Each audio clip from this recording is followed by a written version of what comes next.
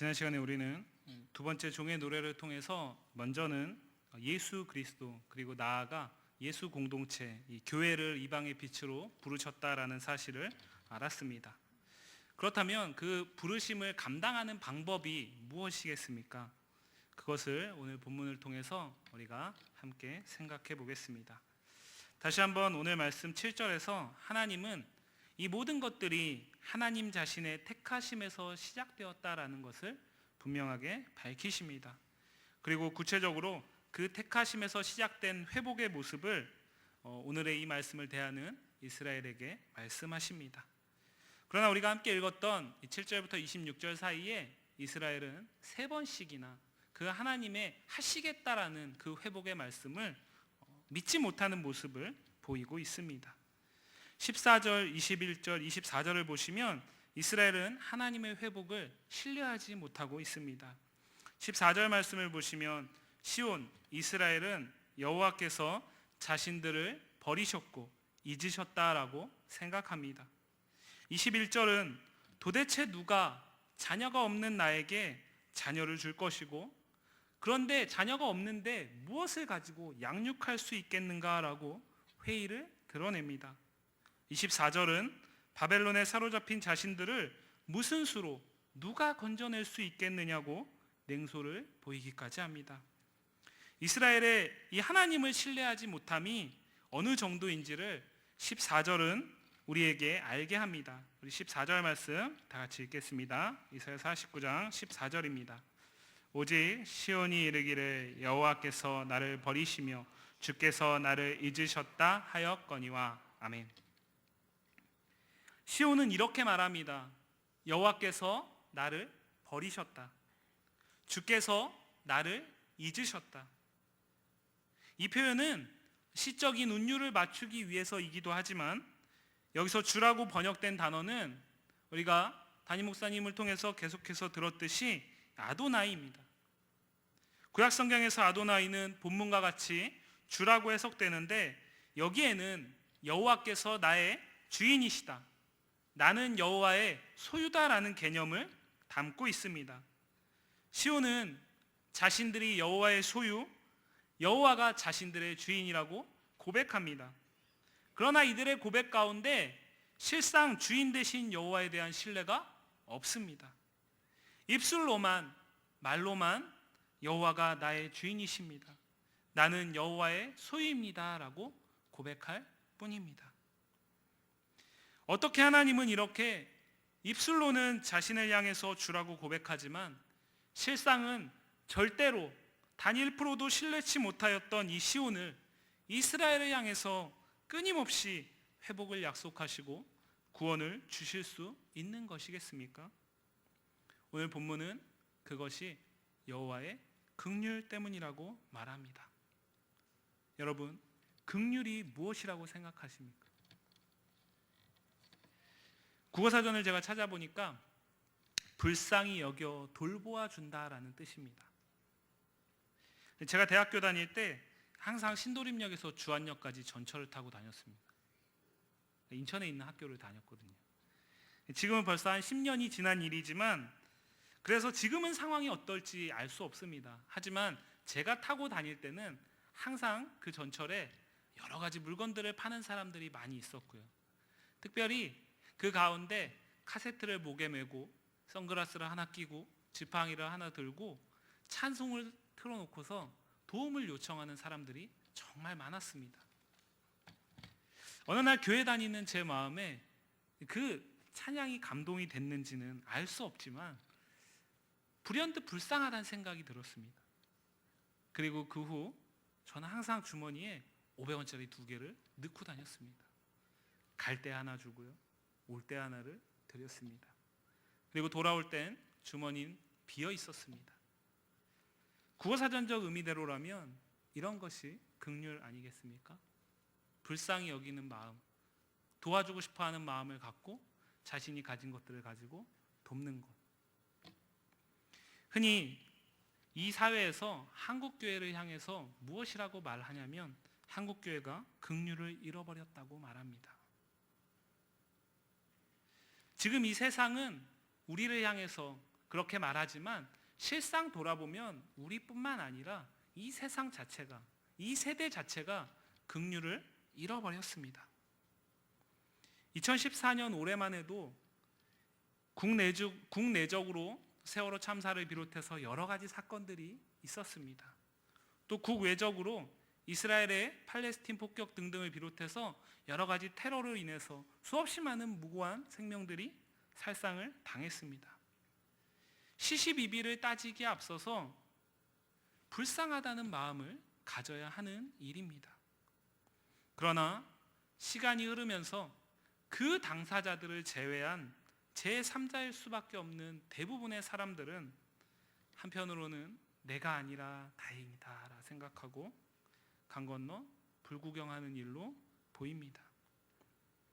2010년 한국 사회를 강타한 한 권의 책이 있었습니다. 정의란 무엇인가? Justice. 미국의 하버드 대학 교수 마이클 샌델의 강의를 책으로 엮어서 편집한 것입니다. 저도 읽어봤는데요. 왜 이 책이 이렇게 많이 팔릴까? 이해하기 힘들었습니다. 꽂아놓은 사람들이 정말 이 책을 다 이해할까? 저도 솔직히 100% 이해하기가 너무 어려웠거든요. 그런데 당시 사회학자들은 그 저스티스라는 이 정의란 무엇인가라는 책이 불티나게 팔리는 그 열풍을 무엇이라고 분석했냐면 그만큼 이 시대가, 한국 사회가 정의에 목말라 있다라고 분석했습니다. 정의가 사라졌다라고 보이고 정의를 빨리 회복해야 된다라고 보이는 이 사회를 보면서 사는 사람들이 그러한 마음의 필요를 느끼고 있었는데 그 부분을 이 책이 정확히 파고들었고 그로 인해서 열풍으로 나타나게 된 것이라는 분석이었습니다. 이 시대는 긍휼을 잃어버렸을 뿐 아니라 정의가 사라진 시대라는 것이 대다수의 인식입니다. 그래서 정의를 회복하기 위해서 세상 사람들은 위대한 지도자를 뽑으려고 하고 어떠한 제도를 바꾸려고 노력합니다. 그런데 원래 인간은 스스로 정의로울 수 없는 존재입니다. 인간은 죄가 이 땅에 들어온 이후에 모두가 죄인이기 때문에 본질상 정의로울 수 없습니다. 죄라는 것이 하나님 앞에서 자기 자신의 주장을 하는 것이기 때문에 정의와 양립할 수 없는 것이죠. 그럼에도 세상은 정의에 목말라하며 그것을 세상 속에서 저마다의 방법과 위대한 사람들을 통해서 해결하려고 노력합니다. 성경에도 이렇게 정의와 공의에 목말라하던 시대가 있었습니다. 이사야와 비슷한 시대에 북이스라엘에서 활동한 아모스 선지자 역시 그 시대를 정의와 공의가 없는 시대라고 말했습니다. 그리고 그것 때문에 너희는 북이스라엘은 하나님의 멸망을 피할 수 없을 것이다라고 선포했습니다. 그런데요, 이 아모스 선지자의 대책, 정의와 공의가 사라져버린 그 시대를 바라보는 아모스 선지자의 대책은 이 시대를 사는 우리와 달랐습니다. 그는 북이스라엘에게서 소망을 찾으려 하지 않았습니다. 근원적인 해결책을 제시하였습니다. 아모스 5장 7절부터 8절 말씀을 보시면 이렇게 말합니다. 정의를 쓴 쑥으로 바꾸며 공의를 땅에 던지는 자들아, 묘성과 삼성을 만드시며 사망의 그늘을 아침으로 바꾸시고 낮을 어두운 밤으로 바꾸시며 바닷물을 불러 지면에 쏟으시는 이를 찾으라. 그의 이름은 여호와시니라. 아멘. 아모스 선지자의 대책은 정의와 공의의 근원이신, 정의와 공의를 베푸시는 여호와를 찾으라는 것입니다. 그리고 이 정의와 공의가 하나님으로부터 베풀어질 때 세상에 고통당하고 압제당하는 많은 자들은 건짐을 받고 그 가운데서 소망을 얻으며 그 모든 일을 행하신 분이 하나님이시다라는 것을 알게 될 것이라고 말합니다. 오늘 본문이 말하는 긍휼은 이 정의와 공의와 밀접한 관계가 있습니다. 사전적 의미는 불쌍히 여겨 돌보아 준다라는 뜻이지만 우리 성경에 긍휼히 여기다로 번역된 이 히브리어 단어는 영어로 번역하면 show love for, 사랑을 보여준다라는 뜻입니다. 특별히 오늘 이 긍휼히 여긴다라고 번역되어 있는 우리 한글 성경이 히브리어에서는 PL형으로 쓰여져 있는데, 그것은 무엇이냐면 반드시 어떠한 일이 있더라도 사랑을 보이시겠다라는 뜻입니다. 이스라엘, 시온의 회복이 가능한 것은 무엇 때문이겠습니까? 이스라엘이, 이 시온이 하나님을 전적으로 아도나이, 나의 주시오, 나는 주의 종입니다, 나는 주의 소유입니다, 주는 나의 주인입니다, 전적으로 신뢰하며 그분의 소유임을 한치의 의심도 없이 확신해서 오늘 이들에게 회복이 가능한 것입니까? 이들은 말로만 고백할 뿐 실상 단 1%도 하나님을 아도나이로 신뢰하지 않았습니다. 그렇다면 무엇 때문에 이스라엘과 시온의 회복이 가능한 것이겠습니까? 이스라엘의 회복은 하나님이 그들을 향한 자신의 크신 사랑, 끝없는 그 사랑을 보여주심, 바로 긍휼을 베푸심에서 가능한 것입니다. 도저히 사랑받을 수 없는, 그들이 의심하듯이 버리고 잊어버려도 마땅한 이스라엘을 하나님이 여전히 사랑하시고 계심을 친히 보여주시는 것, 그 행동에서 이스라엘의 회복은 가능한 것입니다. 그래서 본문에서 우리가 7절부터 26절까지 장황하게 같이 읽었는데요, 본문에서 하나님은 이스라엘을 여러 말로 설득하지 않습니다. 하나님은 무엇이라고 말합니까? 오직 내가 행할 것이다, 내가 너희를 향한 나의 사랑을 너희의 선택과 상관없이 보여줄 것이고 그대로 행할 것이다. 지금 너희가 포로로 잡혀 있지만 너희를 포로로 잡은 그들이 오히려 너희 앞에 엎드리게 할 것이고, 너희가 포로로 잡혀간 그 땅이 황폐하고 적막해서 그 누구도 살 수 없어 보이지만 그곳이 수없이 많은 사람들이 살게 돼서 좁게 만들 것이다.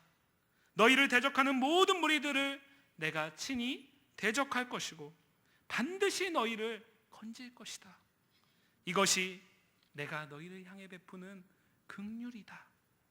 이것이 내가 여전히 너희에게 보여주는 나 여호와의 사랑이다.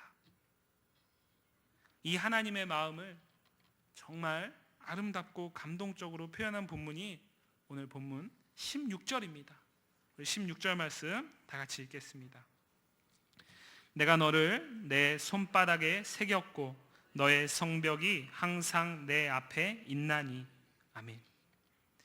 이 표현은 출애굽기 28장에서 하나님께서 아론을 대제사장으로 임명하시면서 에봇을 지으라고 말씀하시는데, 그 본문 가운데 그 짓는 에봇에 이스라엘의 아들들의 12 이름을 보석에 새겨서 붙이고 그것이 기념이 되게 하라고 명하시는 내용을 우리에게 생각하게 합니다.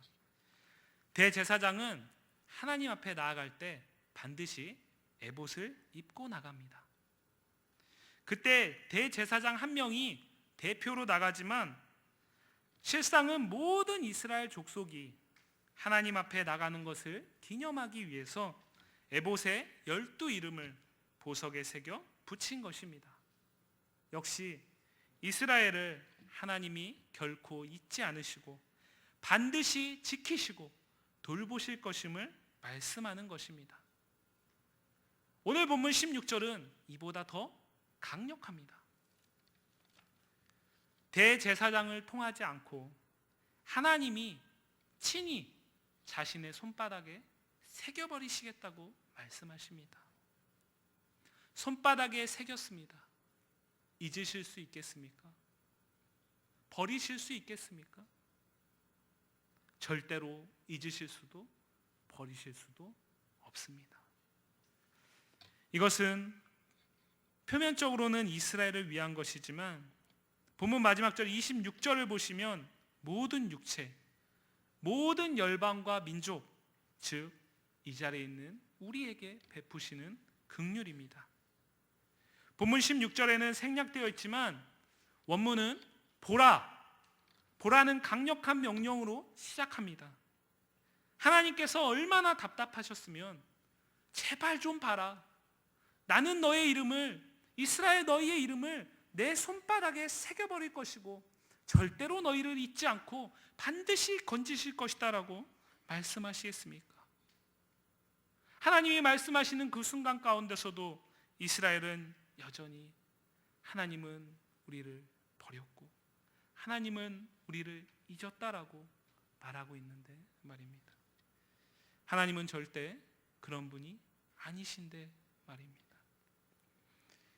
이렇게 긍휼을 베푸시는 하나님, 자기 백성을 향해서 친히 사랑을 보이시고 행하시는 하나님으로 인해서 이스라엘은, 나아가 모든 육체, 모든 민족과 열방은 회복되는 것입니다.